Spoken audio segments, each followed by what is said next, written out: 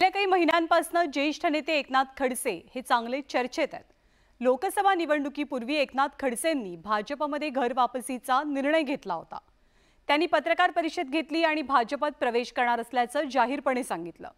मात्र त्यांच्या याच भाजप प्रवेशाला अद्यापही मुहूर्त मिळालेला नाहीये। खडसेंची भाजपात घरवापसी होणार, फडणवीसांची दिलजमाईची भूमिका, गणेशोत्सवानंतर काय निर्णय होणार। भाजपच्या वरिष्ठ नेत्यांनी एकनाथ खडसेंचं स्वागत केलं, पण स्वागताच्या 5 महिन्यानंतरही खडसेंच्या पक्षप्रवेशाला मुहूर्त काही मिळत नाहीये। या काळात लोकसभा निवडणूक झाली, दिल्लीत भाजपचं सरकारही आलं।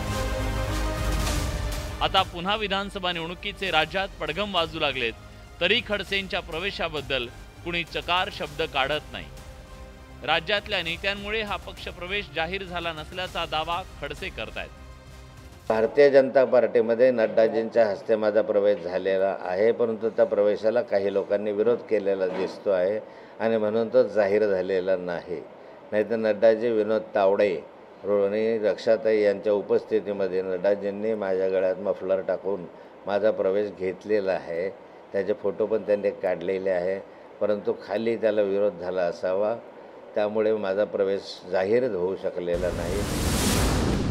खडसेंच्या या आरोपानंतर उपमुख्यमंत्री फडणवीसांनी पहिल्यांदाच त्यावर भाष्य केलंय।